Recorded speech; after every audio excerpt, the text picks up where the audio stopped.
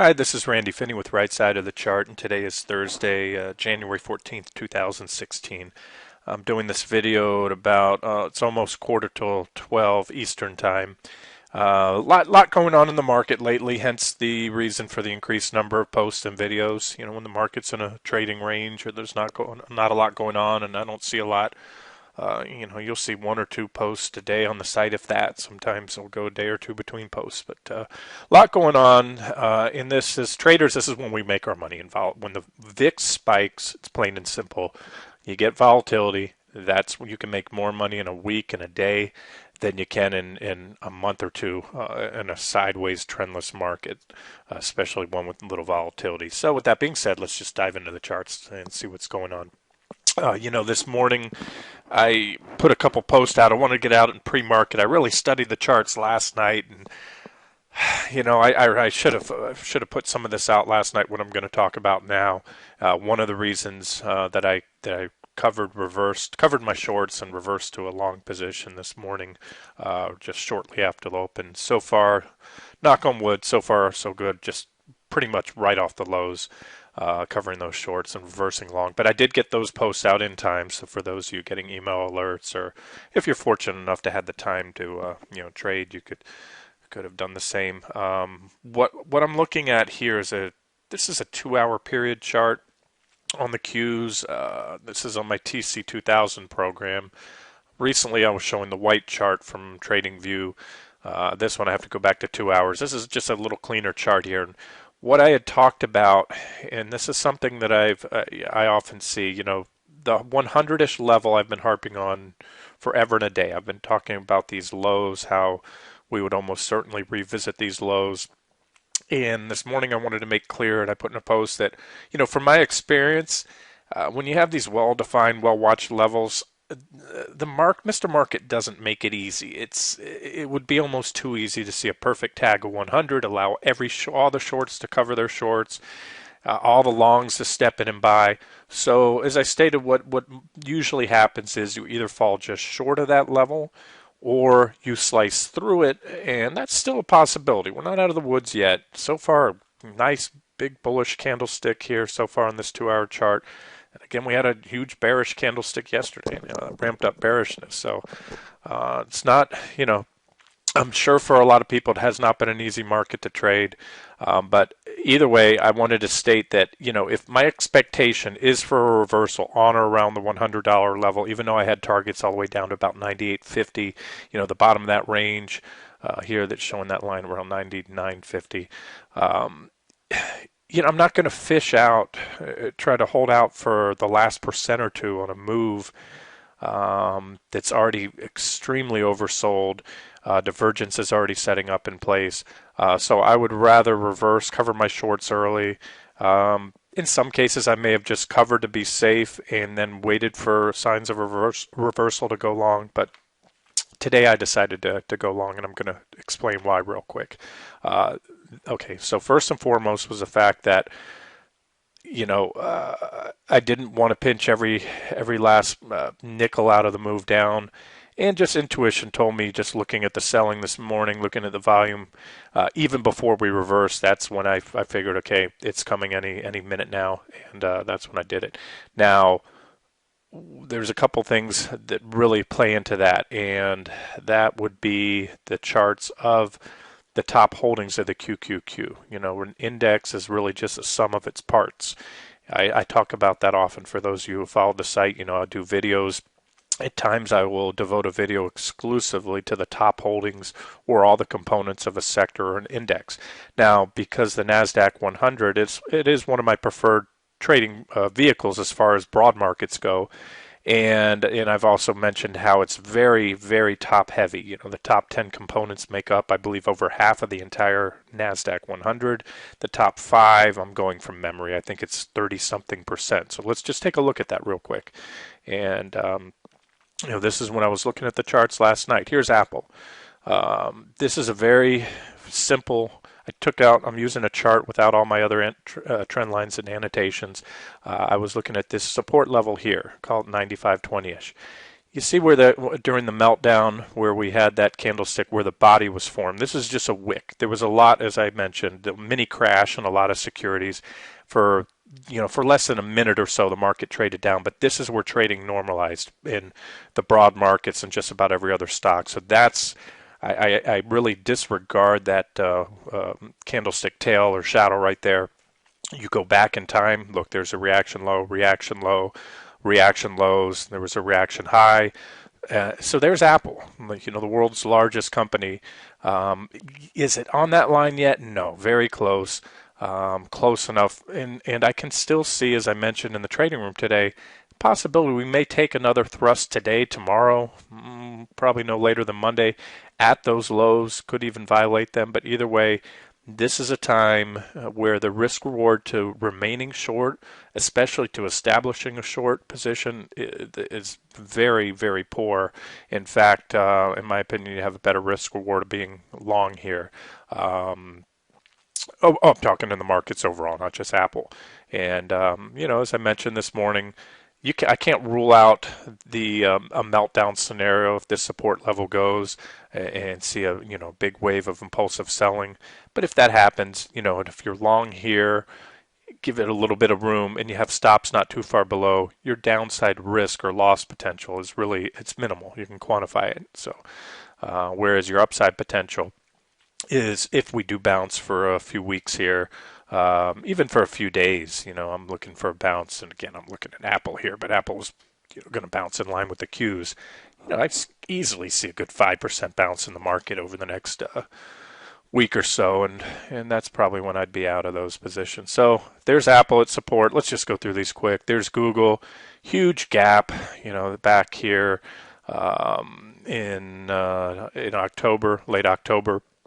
Look at that, almost a perfect back test. In fact, you had a reaction high here. If I put a line there on those two reaction highs, you can see a couple reaction highs here. That's where we filled.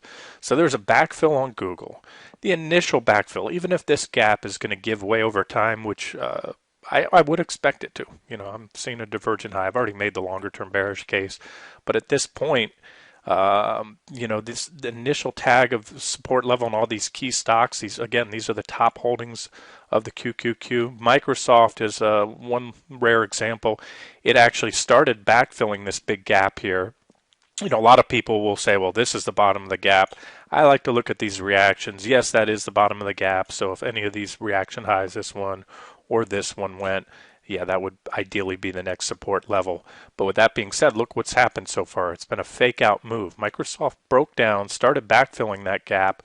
A few days ago, last week on Monday, it went into the gap, shook some. I'm sure that was a false sell signal for some traders. Managed to regain it and close. You can look at the candlestick, see how the body's above there. The following day, it stayed above it. And then yesterday in the big sell-off, we broke down and closed below it. So there's a potential whipsaw or false sell signal because right now Microsoft is trading back above that gap. So all in all, bullish price behavior. There's really nothing more bullish in trading, in my opinion, than false breakouts and false breakdowns. Won't expand on the reasons why, but that's just been my experience. There's Google, same story. This is the other class. This is Class A, Google Alphabet, whatever. You can see back above the gap. It made a partial, almost a full backfill of the gap, and it's back above it. And then I'll stop here with Amazon. Amazon, that just broke down. There's a trend line I have on my other Amazon chart. It broke down yet. Look, huge gap. This is a very important gap. Not only that gap right there, look at this reaction high. So you have the reaction high back here in July, late July, bottom of the gap, and a gap fill. So once again, with these other stocks, I expect, nothing's guaranteed, in the coming months, this level will give way, and that'll be a great sell signal if and when that breaks. But as of now, as I often state, the initial tags of support from above almost always produce a reaction, more often than not. So again, I could see no better reason to cover here. And that also went into my thinking when I posted in pre-market how, there's a good chance we could see, the market reverse shy of that, $100 level in the QQQs, and that's what's happened. So now let's dig down into the intraday charts for those of you who are trading actively and take a look at, or I'll tell you what I'm seeing and what I'm doing. All right, here's the Qs. This is a 1-minute chart. Here's where we bottomed this morning shortly after the open. I try to get these posts out as quick as possible. Remember, I have skin in the game. I trade. I have not just one account, numerous accounts. Even with limit orders on some positions, some don't have them. I have to go in and manually place orders. I have to turn around, reverse, buy long. It takes a while to do so, especially considering they're at various brokers. So, even though you're logged in, it just takes a while to do all those orders. So here's a trend line here. Let's look at it on a log scale. Yep, we are. There's a trend line. We're sort of slicing through it, so I'm not going to put too much weighting into that. What I am looking at, let's clear that out, is, oops, cancel that. Delete this line. There we go. It looks to be so far flagging action. Actually, I would have put it here.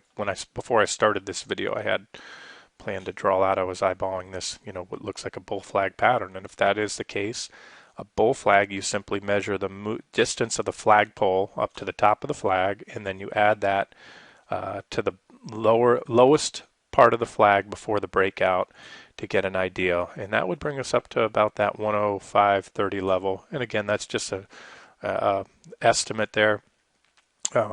But either way, so far that appears to be what's happened. We're moving out of that level. Now, the most important thing, let's move this out of the way, is to take out this previous reaction high. I stated that in the trading room. Again, we're looking at a 1-minute chart here. So you have this reaction high from this morning. You also have a little bit of a reaction high here, you can see. And most importantly, look at the volume at price histogram. See these large green and red bars, and then you have this thin zone here. So this is resistance. It's defined by price resistance, as I just mentioned, the reaction highs there, as well as confirmed by the volume at price histogram. And if and when that's taken out, at least from this time frame, you can see, coincidentally or not, you have a reaction low here, a reaction low, and that's when prices broke down, and that is the thin zone on the volume at price histogram. So with that being said, my expectation is we come up here, this will be resistance. If this bull flag plays out in true fashion, you're going to see an impulsive move up, so we may not have much, if any, reaction there. And if we can get clearly past that level, even if we break up, come back test it, that would be support if we do get above it. But I'd be looking for a move up to at least here. And at that point, I may lighten up, some of the longs. I went pretty heavy on the reversal this morning. We'll see. I'll just, the charts are dynamic, not static, meaning they're going to change throughout the day, and I'll act accordingly. So these are levels that I'm watching here. Let me make sure this is the version of the chart I wanted to look at. Hold on. Now I wanted to look at this 15-minute chart. This is a downtrend line. Shambu in the trading room. Shambo, I'm not sure how he wants me to pronounce that. He had actually pointed out this trend line the other day, and then I put that up on the site for everyone else to see. Great call there. This was a downtrend line before it broke out. We had advance notice. We did break out. I had posted these levels, any or all, as likely targets. You can see that first level did prove to act as resistance. And when we were there yesterday, I posted in the trading room that my expectation, based on where we were in this sell-off, that any breakout was likely to prove to be a false breakout, a whipsaw signal, not go very far. And that's what happened. And right after that, we did have that meltdown yesterday. Now, Shambo also pointed out a very, very timely short trade in the trading room here on a break of this minor uptrend line. If you look at the 15-minute chart, that's as objective as it gets. I missed that one, but he had posted it, so hopefully some people caught it. And that was good for, if you look at the move down, that's, what is that? I'm looking at the scale of 3.9. So about a 4% move down just on the shorting that break if you covered at the lows today. So if you used a 3-time leveraged ETF, 4 times 3, that's 12% in less than one trading session. And then you could have, the case was made to reverse there. Also what we're looking at with this 15-minute chart, and the reason I'm spending some time on it, this was a super well-defined downtrend line. Very, very, numerous reactions, well-defined. We had the breakout, failed breakout, but look at this. Coincidentally or not, I don't think it's coincidence. This is just a lower level. We back tested that trend line today at the lows. So there was another reason to expect or be on guard for a bounce. And then finally, that trend line, or I'm sorry, not the trend line itself, but prices have put in a divergent low. This is a trend indicator I use on the 15-minute chart, 2868 EMA pair. We're still on a sell signal.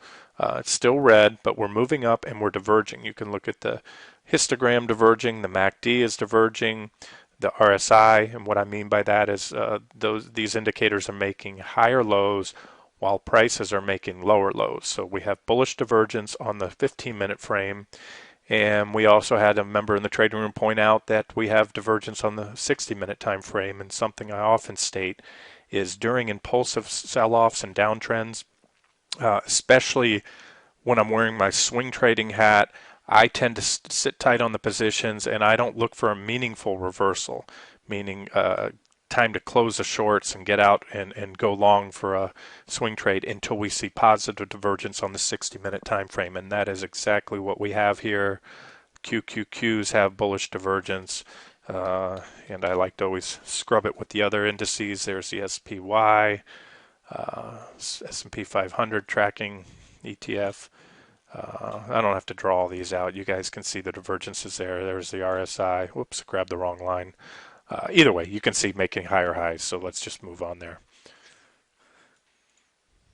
Okay, just to wrap it up, the Qs, even if I'm trading the Qs or I'm trading the small caps, large, any broad market index, you would be remiss not to keep an eye on the other major indices, especially the SPY and maybe the mid and small caps, but primarily the large cap indices. So here's the SPY. This is a 1-minute chart. So you have a trend line, and what we have here is a breakout and a back test of that trend line, and prices are moving up.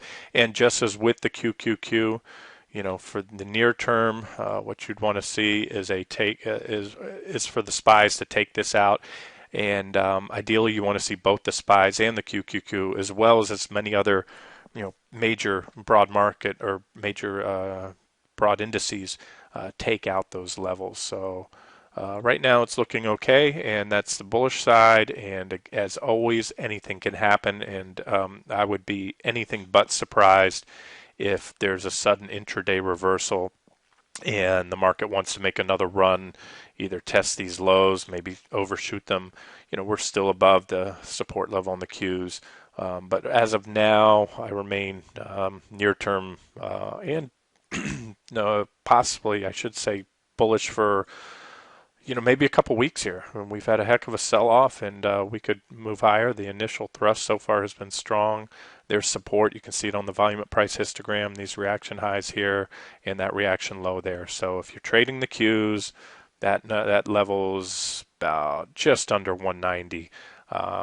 You'd want to be concerned if the Qs take out, if the SPY takes out 190, and the Qs, well, we have that reaction low from earlier today, which happens to line up with this reaction high and another reaction high back here. So that would be the first warning sign if the Qs dropped much below that. That's just under 102.50.